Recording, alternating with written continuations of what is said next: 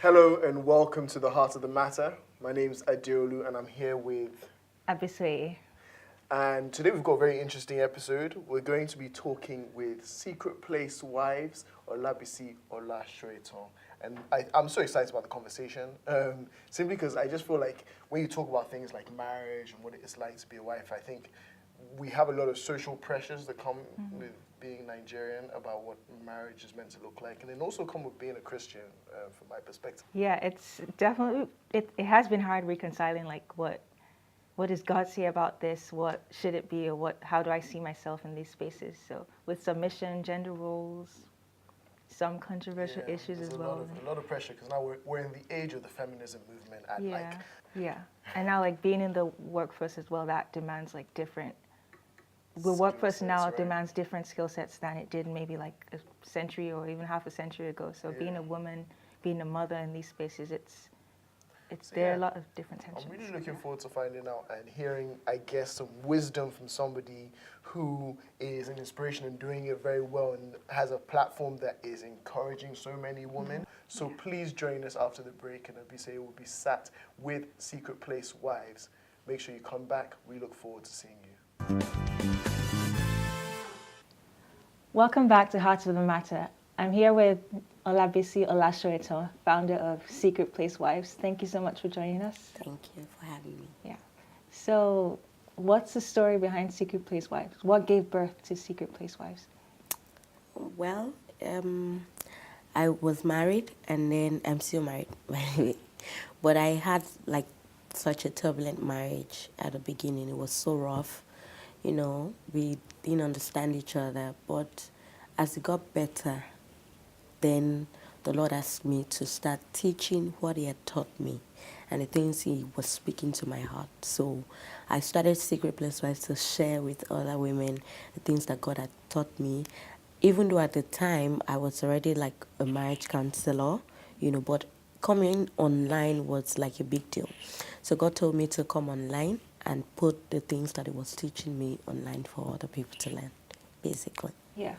So there's been a reconciling of your relationship with God and growth in that? My relationship with God was not even the question, so to speak. It was, you know, getting to understand my husband and basically having the happy that we've dreamed about. You know, we've all imagined that when you get married, you'll be happily ever after, you know. So you keep this dream alive, and so I just wanted that bliss. So the process of turning to God and deciding to do marriage God's way was what gave birth to Secret Place. Yeah. So yes, my marriage is in a good place now. It's good. Thank God. Yeah. What was that journey like for both of you? Coming from, I mean, you had your preconceived notions, you got married, and then you had maybe some turbulent times, and then you started having conversations.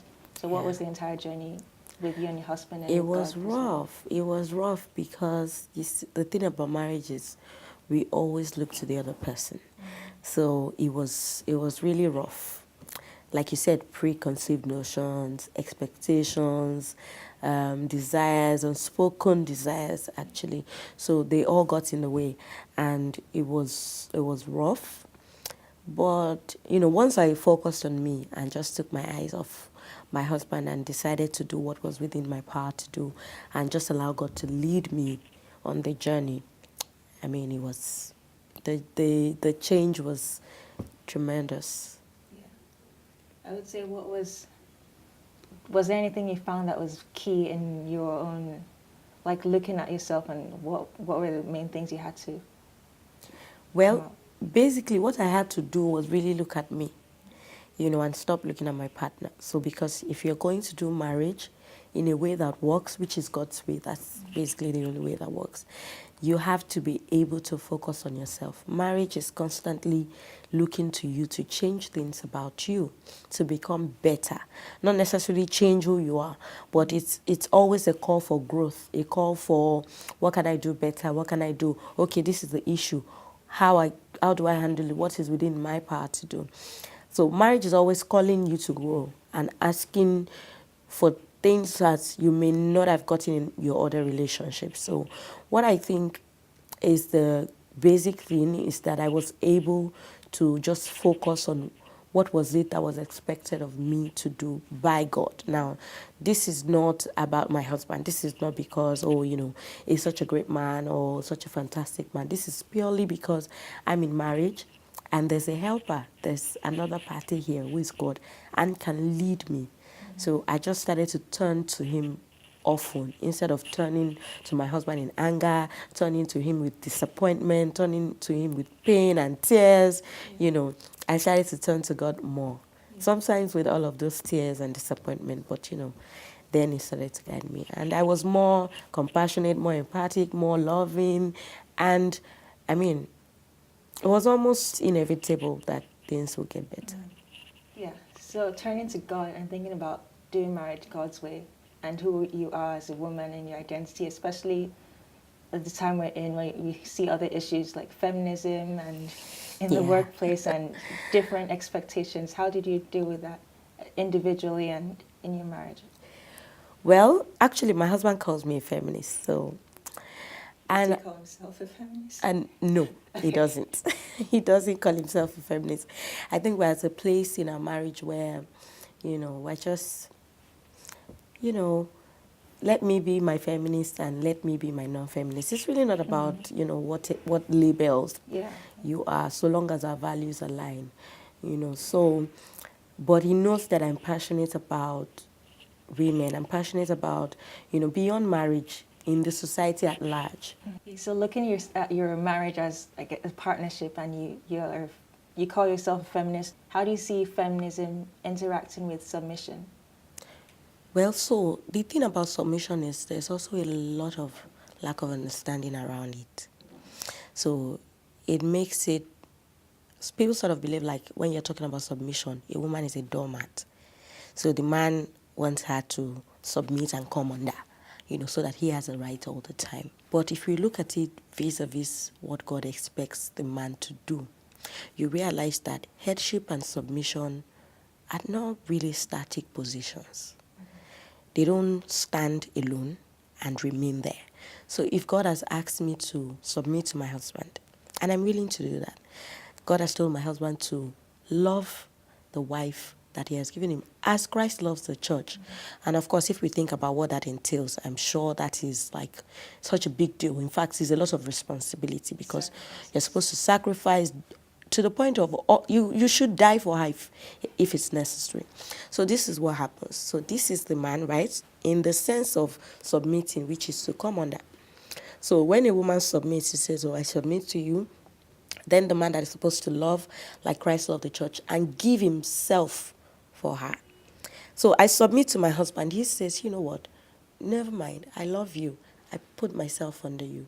I say, no, don't worry. I submit. So it's in the sense that God wants it. There's not supposed to be any struggle or fight as to who is always under, who is always talking. If we do it God's way, you won't even know that you're you won't know, it won't come up that you are under, because you would see the movement. You will see the movement. And in any given marriage, anyway, beyond speaking about God's way, in any relationship, the dynamics has to be such that you give and give, you give and take, you come up, you come under. And that's the mind of God. It just must be realized that it is not a static position. If your husband is loving, he's also coming under. When a wife is loving and submitting, we're both moving. So that way, if you think about it in feminism, what does feminism have to do with that? So where is the fight for equality in that? There's no fight. So I'm not constantly trying to figure out my right. Oh, we have to be equal. Oh, because it's sort of like a sacrificial kind of thing, and we keep moving. Yeah. I guess the issue with feminism is that it seems more like a societal issue, that in the way that it affects us, maybe personally as well, but thinking more about love as that central thing that binds us together then. I don't even like to think that feminism as an issue, because, you know, it is what it is. What is the fight about? Equal opportunities. You know, I want to have a voice as well. I want to be able to talk. I want to go somewhere and be treated for what I carry, not necessarily for my gender, you know, that sort of thing. And I mean, that doesn't pose any issue in a marriage that we are both working according to God's law, loving and respecting one another. That doesn't really pose any issue. So a lot of what I'm hearing from you is love, communication, support, and that's definitely central to a healthy relationship. And when we go to these other issues and isms, we're usually looking outwards rather than looking at ourselves within our marriage. But for someone like me who's, old enough to get married, but not really looking towards that right now, some things kind of scare me sometimes. What would you say is something I need to be aware of or think more about? I always tell people, and this is something I've realized, that the issues we have in marriage are not necessarily peculiar to marriage alone. There are communication issues. We have them in our relationships. But the funny thing is we can escape in those relationships. So stop escaping in your relationships with your friend. When something happens, apologize. If you are not wrong, seek to redress the issue. Learn effective communication. Determine to be a better communicator. So it doesn't matter what the other person does or anything. Be that person that is growing in their single days. Be that person that is learning how to deal with issues, circumstances, not necessarily running away. So because when you do eventually get married, these are the things that you would now have to start learning how to communicate, how to find common ground in communication, empathy, and how to just be by yourself without necessarily assuming that something is wrong or maybe your husband is being cold. These are issues that you have to deal with. So in your single days, learn how to be by yourself. Learn how to enjoy your own company. Go out, take yourself out, have a life, and then just basically don't run away from your relationships. Don't run away from issues. Now this is very critical, especially because in these days we have a lot of separate from them going on. If they don't do this, cut them off, and all that stuff. So people are not building people's skills in the name of, once it doesn't make me happy, I cut it off and all that. And then you get married, you take all of that happiness you're looking for and you put it in a man, and, there lies the problem. So grow yourself, have fun with yourself, and be intentional about, your relationships now. Yeah, it's definitely something I feel like we don't talk about enough, being single and just enjoying your time of singleness. Yeah. And I think I always try to encourage friends, it's just a time of self-discovery, going out with friends, talking about love and communication, which cuts across all relationships. Yeah, I won't blame them because, you see, marriage has been sort of made to be like a trophy. So we all aspire. It's like the end of the road. So I want to get married because that says that I've arrived, But it's really not. It's really not. There are some people who would never be married and it would not make them less accomplished or anything like that, so. And that's definitely a conversation we want to continue having, but for now we'll need to go on a quick break. Stick around, we'll be right back. I could feel myself falling, like saying, bro, you're falling. Wow, you're falling. This guy, you are actually falling down, This stuff that you see on TV is happening to you. God is real. Who are you? Why are you black? Welcome to the heart of the matter. The whole world was looking for me. She called me, she's like, oh my God, Ines, it's God that brought you back.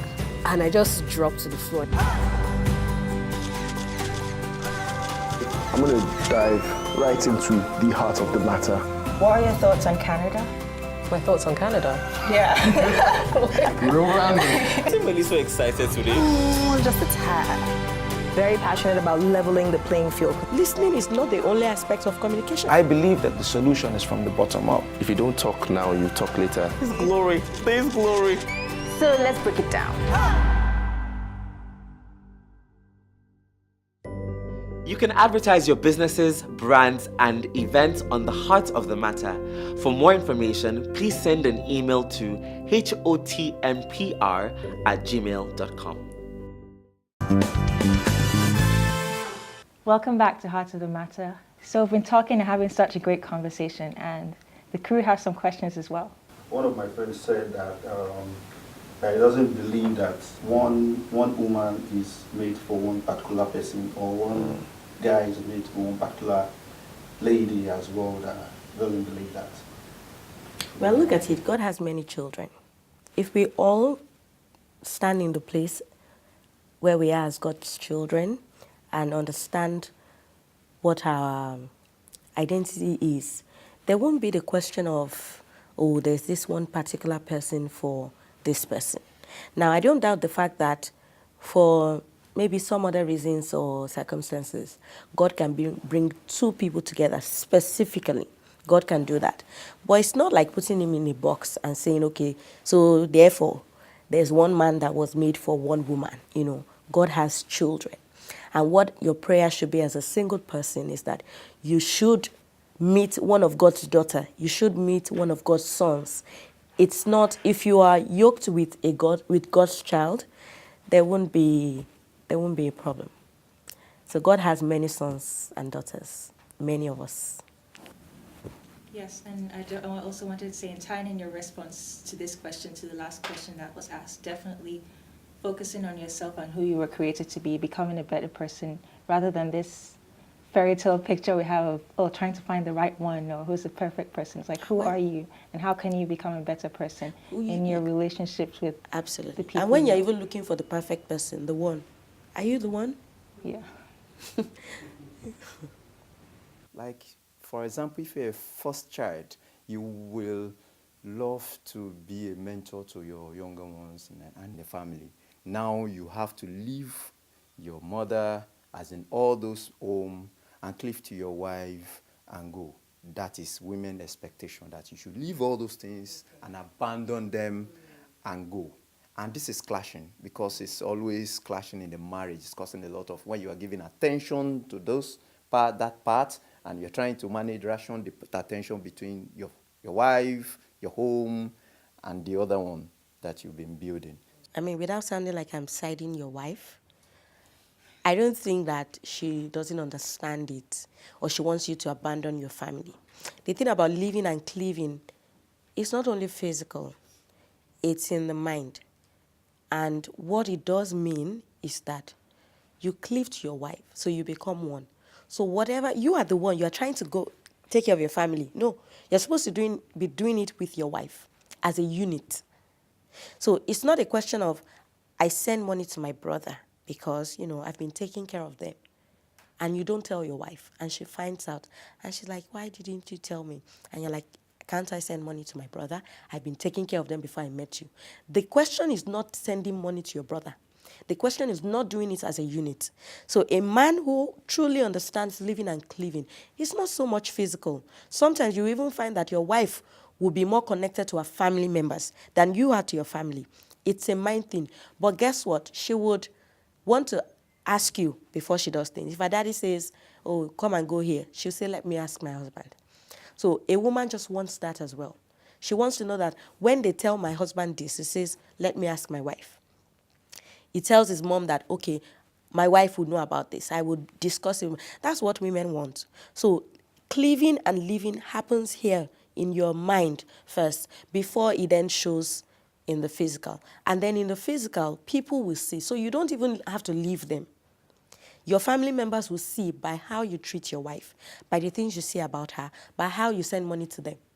So my husband and I, anybody can send money to his mom. He can say, please send so amount to my mother-in-law. So my mom, sometimes I send money to her. She does not know it. She assumes that it's her son that is sending her money. Meanwhile, maybe I sent it to her from my account. But because you see, she can't really differentiate who is sending what. So sometimes she just assumes that, okay, maybe my husband asked me to send. And that's how it's supposed to be. I know about what he's doing for his family. I'm not against that. I want him to take care of. In fact, I want to help him take care of them. He must just put me in the picture. But you find that many men, they just want to carry on. And to be fair on men, it's not because they're being bad or you are a bad man. It's just, maybe again, how you are wired. You don't talk much, or you've not been brought up to talk much. So begin to talk to your wife. She wants to join you, support you, but you must do it as a unit. So I have an interesting question. And it's almost like it's good and it's important to ask you, but it's also kind of from a male perspective. I think we look a lot and we talk, especially in this culture, about, the aspects of the Bible that says women submit to your husbands. But I want to understand, I guess from a male perspective, what it is that that you're looking for in the men that let you know that this is a man that is worthy of you to submit to. There's no man worthy, even though people like to say that. The thing about marriage is that it's supposed to be a depiction of the relationship between Christ and the church. So there's no worthiness. It's about giving. So you don't deserve it, actually. Of course, if you look at the relationship between Christ and the church, he just died for us, because he was determined to save us. So that's the thing about marriage as well. So marriage is supposed to also show all that aspects of the gospel: grace, mercy, love, and all that stuff. Undeserving. So if you're waiting, the thing is that many men are waiting for their wives to respect and submit before they love. Many women are waiting for their husbands to love before they respect. And God is saying, you do your part, regardless. And I know that many people would like to argue with it and say, oh, there's a man, there's something. Yes, but of course, God would ask. God will never say, this person said you are foolish, so you said he's foolish too. I think it's deserved. God will say, what did you say? And deal with that. So, but for men, what women want is simple. Just obey the scripture that says, love your wife as Christ loved the church. And that's pretty deep. That goes beyond looking for any respect, looking for submission. You become less, bothered about that. And I'll give this example. So there's this friend of mine who's very good, very, very good. We consider her like a model when it comes to marriage. Her marriage is great. They have great communication. They respect each other. They talk. But then I went to their house, and all of a sudden it became clear to me that my friend is not that fantastic. She's just like me. She talks anyhow. She makes mistakes, without meaning to. It's not like she's anything special. But I looked at her husband, and it was the dream. That man was dead to his flesh. That man was loving her regardless. He was paying attention to her regardless. He was listening to her regardless. So he was loving her. He has determined in his mind to love her just as Christ loves the church. And I could see that my friend thrived because of that. She was able to come across as a great wife because, they don't shout, they don't fight, they respect each other and all that stuff. So for men, please, think about what God has said. Think about it and really understand what it means. It means that you die to yourself. You put your wife first. If you are talking and she's not listening to you, it's not a case of you are not listening to me. It's a case of, okay, she's not listening to me. Then I pause to listen to her. So that's what it's really about, I really like that because for me, it's such a deep thing. When I really think about that whole men love your wives like Christ loves the church, that idea of the level of intentionality. It's deep. That it was is so heavy. So, in fact, very heavy. Heavier than, submission. And, we've discussed it earlier in the show about how the responsibilities are not static. Loving and submitting is not something that is just there. So, love your wife like Christ loves the church, you are above. Submit, you are beneath. That's not the way God wants it to be. It moves. So love your wife like Christ loved the church. I give myself for her. I come under, even though, she's asking, I come under you. Wife says, okay, no, I submit to you. I honor you. I love you as my head, as my husband. I come under. The husband repeats the sequence. No, I submit to you. I sacrifice myself for you. I give myself for you. I come under. So it keeps moving. It keeps moving. It's not really a static. Yeah, it's funny. It's always like a wrestling to submit, to serve. To serve. And that's what the Bible says. I'll do one another in love. I'll do one another in these things, And when you find a relationship like that, they will still have everyday struggles. Misunderstanding will come up. But if you're an observer, for instance, you can observe that this is a man struggling to be a God man. This is a woman, trying to be a God woman. And just because of their personal decision to be godly, their marriage is just benefiting from that decision. In people reaching out to you, what's one thing that always stands out?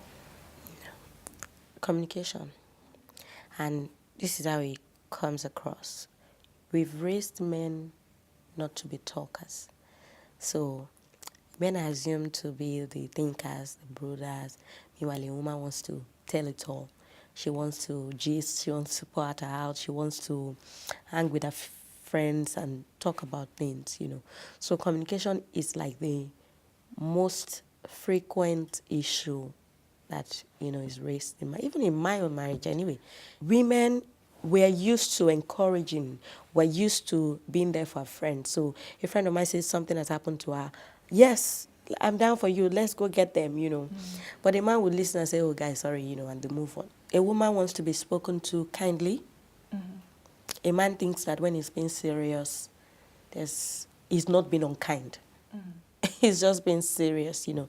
And then the woman is not listening, she has her defenses up. So basically, communication.